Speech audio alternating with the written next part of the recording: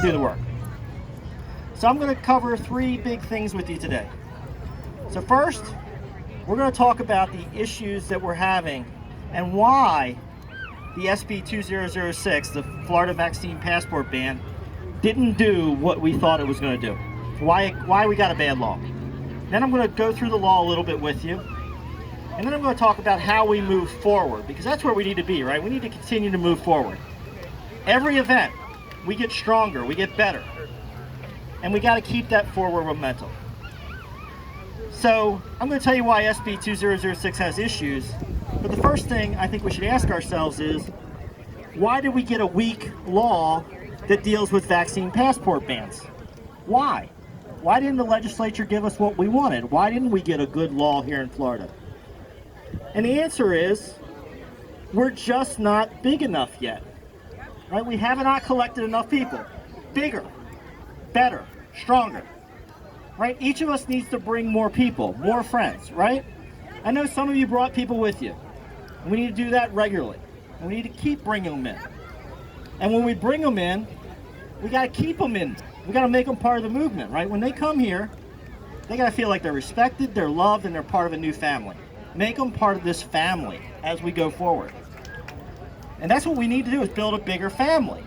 And that's part of that's informational. Part of that is just being out there talking to people. And part of it is letting people know what freedom is and that they need to be part of this, because that freedom is so important. Okay, so how many of you like McDonald's? Anybody like McDonald's? Anybody heard of McDonald's? Okay. Now, if I walk into McDonald's here in Tampa, or if I walk into a McDonald's in Los Angeles, or I go into a McDonald's in Kansas City, and I order a hamburger, am I going to get the same hamburger? Absolutely, right? It's always the same at McDonald's. It's under control.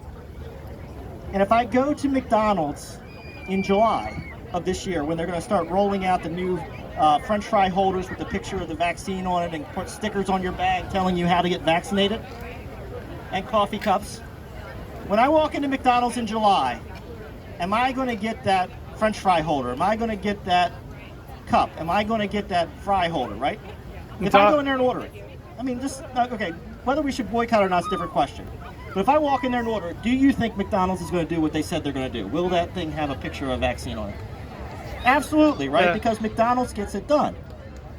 Now, if a vendor to McDonald's didn't put the picture of the vaccine on the French fry holder, do you think, A, the corporate executive of McDonald's would call up and say, hi, we got our French fry holders and they don't have a picture of a vaccine on it, and we kind of like you to maybe get a picture of the vaccine on there. Is that something maybe you could do at some time in the future? Or do you think the call is going to be, hey, we wanted French fry holders with vaccines on it. How about you go fix your processes, expedite those French fry holders to us, because we need to start telling people about vaccines. Which call do you think McDonald's would make to its supplier? B. Second, when we are talking to our politicians, which call are we making? No, well, we should be making a second call, but most of your experience, when your politician says, hey, sorry, I couldn't give you what you wanted, I gave you something watered down. Do we say, oh, you didn't do your job, get out of here, or do we say, oh, could you please help us again in the future? Right? That's what most of the time people do, right? Is they say, oh, you've had trouble in the legislature getting that law passed? Oh, I'm sorry. We'll keep voting you in, and maybe you can change it in 2 years, in 3 years, in 5 years. Wrong. Right? This attitude has to change. We need it now. Exactly. We need it now. And it's the same thing with our movement. Every time somebody comes in here, we need to capture them, right? We need to make them part of this movement. We need to bring them back to more events. We need to get them to be ambassadors and tell their friends. Anybody here know a guy named Russell Brunson? Anybody heard of this guy? Okay, a couple people. So Russell Brunson's a businessman, right? And he has a thing called ClickFunnels. It is a way where you order things, for sales. And so a funnel in business is a process where you take somebody from being an ad or a lead to being a customer. And what Russell always tells his people is they're one funnel away from success. right? If they get the one right funnel, everything may be great for their world, right? If you get the right marketing, get the right message, people are going to start buying your product. Well, I'm here to tell you today, we're one person, we're one connection, we're one movement away from getting it right? We need to meet the right people, the people that know the legislative people, the people who can influence the laws, the people that can make the changes in the corporation. But the way we get there is we got to keep connecting the dots, right? We can't back away. And if somebody comes here, we got to welcome them in, right? Talk to your friends, make them have a positive experience, make them know they're welcome, give them what they came for, right? And we got to do that all throughout our things. And when we start doing that and we start building the community, we're going to get more powerful. And that's what we need to build. So that is why we have issues. Now in a minute, I'm going to talk about what the answers are. But I want to acknowledge we have issues. We're in a battle. We're in a war, as many people have said. Yeah. And we're honestly not doing everything we could do in this spiritual war. I have a copy of SB206 here. This is the vaccine passport ban that has been touted as being so amazing. It is 42 pages in length, a lot of legalese. First pages talk a lot about who gets to do what. An interesting thing they did in SB2006 was they allowed the President of the Senate, the Speaker of the House, and the state health officer, who's an unelected official, in the event of the next emergency, all of them get the microphone in addition to the governor. So in this emergency, we've been hearing from Governor Ron DeSantis. In the next emergency, you may be seeing TV commercials with the state health officer. You may be seeing the President of the Senate. You may be seeing the head of the Speaker of the House, right? So they've broadened the number of politicians that can use an emergency as a platform. So that tells you a little bit about what's going on here. But the big things are towards the end, the last several pages. How many of you know about Florida's forced vaccine law? Okay, I know a lot of you have. We've been doing a lot of education on that. So there's a law in Florida. It's section 381.00315. And it says that the state health officer can order an isolation and quarantine of Floridians for an emergency.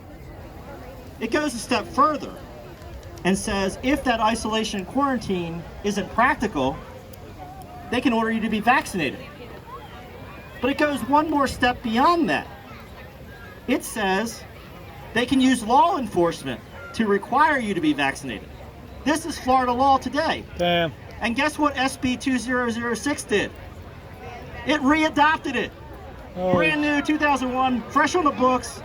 They can vaccinate you against your will. If the state health officer says do it, you go get your vaccine, and they can send a police officer to force you to get your vaccine. Holy shit. We asked our legislature, right? Our nonprofit was very active in this.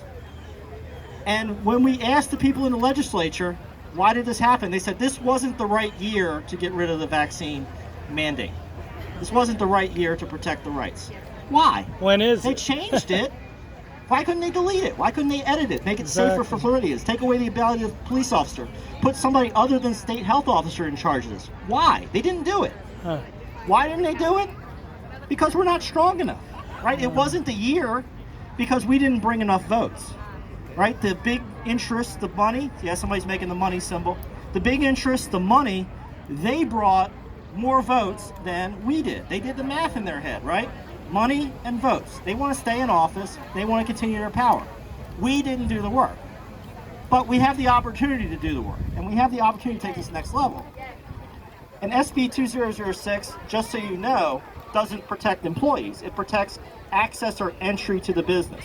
The ability to be a customer or patron.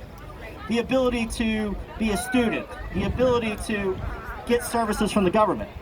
It doesn't protect those that work for those entities. And it also allows widespread testing. So explicitly in the new section 381.00316, it says that businesses, government, and educational institutions can require testing for entry. So what we've seen now is some colleges have already announced, well, if you're not vaccinated, we're going to put you on a testing schedule, or we're going to subject you to random testing. Yeah. So there's a lot of discrimination that's allowed by this new law. And it also could be backdoor, it could turn into a backdoor vaccine passport. And I talk about that on our website. If you go to amfreedomii.com, I have a whole write-up about this forced vaccine law, and it'll give you the talking points. But there is a way you can engineer this into a vaccine passport requirement, even though most people say it's not. By the way, the word passport and the word ban, which everybody calls it a vaccine passport ban, neither of those words appear in this law. So it doesn't do what we thought it would do. And the reason why I tell people that is not to upset you, not to say our efforts aren't working, because our efforts are working, we're building, but it is to say we have more work to do. And the other side is strong. So, I know several of you were there for Andy Wakefield last night, right? Who was there? Okay, so several of you, right? So Dr. Wakefield gave a great speech, and one of the things Dr. Wakefield talked about was using his art or using his film to make a movement. That was the main theme of his speech. And each of us has an art, and each of us has a movement. But if we're going to get this done, we all got to come together. We all got to use our unique skills. And I'm wearing a shirt here. It says, "I love to do business differently." And that's exactly what we're going to have to do to turn this into a movement. We're going to have to do business differently. We're going to have to find our way, right? And we're going to have to figure out how we're going to win. And we got to treat it like a business. The other side is treating it like a business, right? McDonald's is treating it like a business, right? We all know what McDonald's is going to do if their COVID propaganda isn't printed on their materials, right? They're going to make it get printed. They are going to finish the job. And we've got to take the same attitude. We've got to finish the job, no matter what. And we got to make it happen. This is the battle for freedom. If we lose this, it's over. Yep.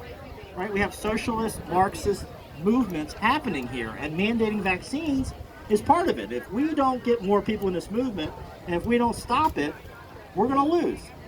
And we're just one connection away. It's getting more people in here. It's telling your friends, getting to sign up. You know, Simone's stuff, my website. Get people in the movement. I want to welcome you to sign up for our email list, amfreedomii.com. If you go down our homepage, you can get on our email list. After that, download the write-up on the forced vaccine law and start telling your neighbors. Start telling your friends. Dr. Wakefield says his www.am, start of American, freedom, II, Information Institute, that's the name of our nonprofit, .com, amfreedomii.com. And after you subscribe for the email list, on the tab, you'll see that there's a whole write-up on this forced vaccine law. It's something you can show to your friends, send them a link, print it off, show it to your neighbor, but tell your neighbors, tell your friends. And Dr. Wakefield told us that his thing is film. And he talked about the power of film and how film can change the movement. My art is language, right? I'm a lawyer. I revise language, I read language. I parse this thing and tell you what the issues are. Right? That's my art, and I work on my art. What's your art? What can you bring to this movement? How can you help, right? Every one of us has some unique thing that we can bring to this movement. And we need to think about that. How do we bring our uniqueness in and help? And it's a team effort. And from there, it's numbers. You know, 2 people, 3 people, 4 people a month. Each of us needs to reach out to, bring them into the movement. You know, Jim and I had a late lunch yesterday, early dinner, whatever you want to call it. We walked up this river walk here, and Jim talked to somebody wearing a mask. And he told him about the risks of masking. And the kid kind of stood back, but there were other couple kids in the crowd that were really, you know, you can see their wheels were spinning. They're like, what's this guy talking about? Maybe one of them will go home and research it. It's starting a movement, but that was just a little thing you did, and it's going to make a difference. But it's talking to our neighbor, it's talking to our church, it's, you know, getting somebody on a podcast. It is just the little things we're going to do that are going to take this from a need to improve these laws to a movement that is so big that our legislative officials can't ignore it. Right? That's what we have to be. We have to be, when they're doing the math in their head, and big pharma and the big businesses are pushing them to put these carve-outs and loopholes in there, they need to do the math in their head and say, I can't do that because the people are going to get mad. And I believe there's more of us. There are more of us that believe in freedom than there are pharma, than there's people paid by pharma. We have the numbers. The issue is we're not fully activated. We are moving there. You're watching the momentum. These events are getting bigger every one I go to. People are coming in. We are making positive change. But we've got a lot of work to do. It's time to double down because the war is real. The other side is organized, right? and it's every person gets vaccinated, right? So I don't know how many of you follow me on Facebook. I welcome you to follow my Facebook page, Shawn McBride, O-U-R for R. It's a different story. But if you go to my Facebook page, there's a picture from yesterday, Ybor City over here. They had a little area marked off, and it said, you can get your COVID vaccine here free now, no wait.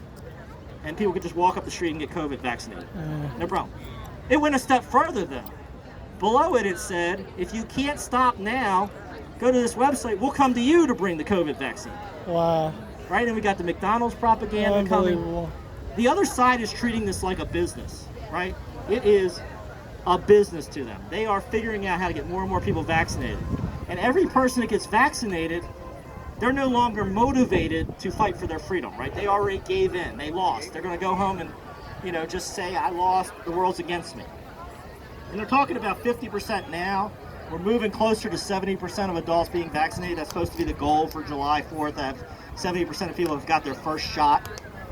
We're losing numbers, right? And this is not to be dreary or down. It is to say we got to fight ahead of us. And we got to get loud.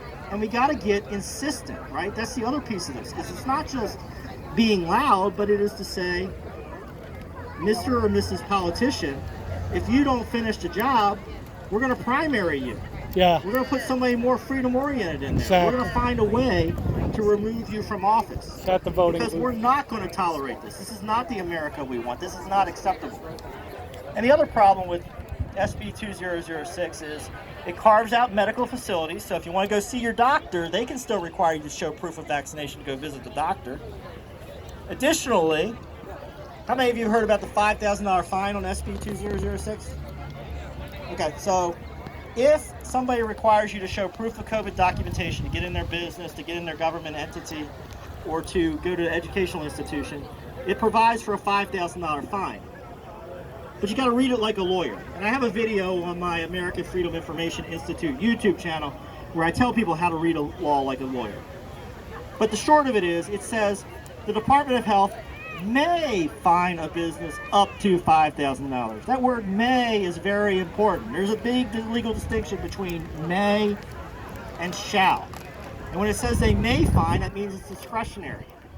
So if you are going to a business and they say, show me your COVID documentation, your recourse is to say, oh, let me call the Department of Health in Tallahassee and hope that they send you a fine. You don't get to get into the business. You get to maybe get somebody to help find them. And what if Governor DeSantis, becomes president, right? We got a DeSantis 2024 shirt. What if Governor DeSantis becomes president? We're going to have a new governor. Yeah. Or what if the media interferes with the 2022 election? I want him staying right where he is. And what if the Department of Health just issues a pronouncement that the fine for requiring COVID documentation is $0? In one administrative action, you can take all of the teeth out of the vaccine passport ban. We got to tell our government officials, not enough. This is 42 pages of not protecting our rights. Now, I'm not Nancy Pelosi. I can't tear this in half because I'm not that strong, but it's junk. Right? Get rid of it. Woo! Right on. We go back to Tallahassee and we tell them you redo the work. And we've had people email and talk to President Simpson, the head of the Senate. He says it's too early to revisit it. You did crappy work. It's not too early to revisit it. It's time to revisit it. Governor DeSantis fought for it. He is a freedom-oriented guy, but we got to tell him we need to do more. Let's go back and fix it. Let's make it better. Yeah. We're not going to wait for them to start abusing it. Fix it now. And that starts by us getting bigger. So that's what we all need to do. We all need to think about that. How do we get to bigger events? How do we get more people involved? So again, I welcome you. Come to my website, amfreedomii.com. Get on the email list. We send out updates. We do videos every Tuesday, Thursday night, 9 p.m. with legal updates on what's happening, stuff that's going on in the legislature. Bring more people in the movement. And we're going to have some big announcements soon of some other stuff we've got going. But we got to get the movement bigger, folks.